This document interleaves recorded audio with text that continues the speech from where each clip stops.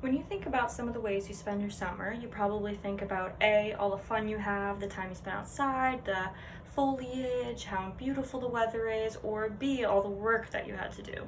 Well, in high school, I did a lot of work in the summer at this particular restaurant I was working in. It would get very busy. It was in New Hampshire, and while my class size was only about 20, the tourism industry was so booming that my restaurant would get to a wait time of about 2 hours for just getting sat at a table. One day particularly is very, very hot, and it was very busy. People everywhere, wait times out of control. The line was out the door. Everyone had to wait outside. The restaurant was just not big enough to hold the amount of people that wanted to sit down. And all the staff is in full black, dress pants and t-shirts, running around, sweating, considering we have outdoor tables and indoor tables to attend to. Me and my friend Dakota are out front as hostesses this day, and we're running around trying to get people on the wait list and cleaning all the tables, but then the phone's ringing, so we have to help with that, and food needs to be run, so we need to help with that, and it's very chaotic. Well, this one particular table comes in, and it's about 14 people, so it's very hard to get them sat, but eventually we do. They had to wait over an hour and a half. And their server is a woman named Jess. She's very sweet, very nice, very good with customers, very bubbly, and she's got brown hair, and she stands there and she's gleaming. She's perfect with people, so she's great for this big table. She's working her charm on the whole table, and she comes back and she comes to me and she says, "Grace, I have to get some of these drinks, but they all want waters. Can you help me?" And I was like, "Yes, I will get you waters." The one thing about when tables like this order all waters is that I know they're not all gonna drink them, especially if they're getting other drinks. And I know I'm gonna have to clean up all these full waters. But nevertheless, I'm getting them. So I get a tray and I have about 7 or 8 cups. I can only take that amount at once on this tray. So I'm filling the ice, I'm scooping it in, and I'm balancing it, and I'm getting ready. And I got it pretty good on my arm, so decided to start walking out, and I have to stop because there's a big line, so I have to wait.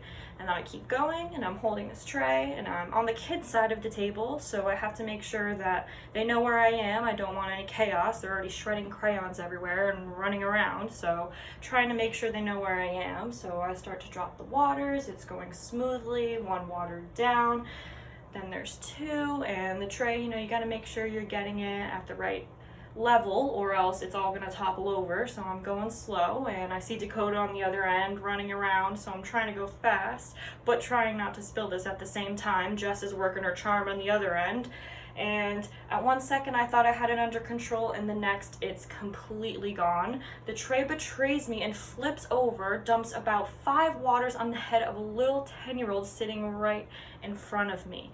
Ice water everywhere. Now everyone is shocked. I'm standing there, I'm instantly frozen. I cannot believe the betrayal that just occurred. So I'm standing there like this, shocked. I don't even think I moved. I was frozen. Jess is on the other end trying to write orders down, and she sees the situation and she's frozen. Dakota's on the other end trying to clean tables and talk to people, and she sees it. My manager sees it. It's a mess. They're all trying to start to get towels. I'm trying to pick up cups. "I'm so sorry," in tears, hyperventilating. "I'm so sorry about that." This little girl's crying, and her mom has come over, and at this point I'm crying and her daughter's crying, so she's trying to reassure both of us, being like, "Oh, it's okay, sweetie," on one end, and saying, "Oh, don't worry about it, honey. She's got clothes in the car. She's so dramatic," to me on the other end because I'm freaking out trying to clean this water. And Jess comes over and she's trying to pat me on the back and be like, "Girl, go take a break. Go in the dish pit. Like, bring the waters in. Like, let me help you." So I'm crying and I'm like, "Okay." So I grab the cups and I go to the dish pit. My friend Barry's back here. It was really nice when the town's very small. You work with all your friends. Friend Barry's back there blasting some tunes in the dish pit, spraying some dishes, and I just start throwing cups, and I'm drenched and I'm crying, and he looks at me and he's like, "Are you okay?" He's trying to grab the cups from me, but I'm kind of throwing stuff, so I'm like not really thinking, and I can't really talk, so I just ignore him. "Sorry, Barry, I think he'll forgive me." So I run away, and I'm trying to get the mop because it's a lot of water on the floor now, and I'm trying to get the mop and the bucket, and I'm dropping it. My manager comes back. She's like, "Grace, please take a break, go sit down. Like, you can come back out in a little bit, but you need a second."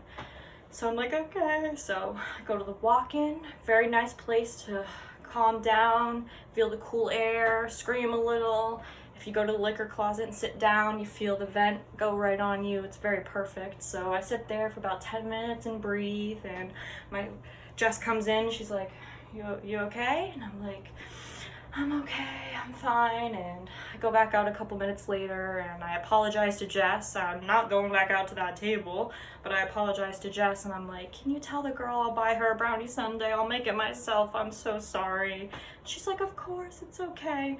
Needless to say, I did not give any server my attention with their drinks again for a couple of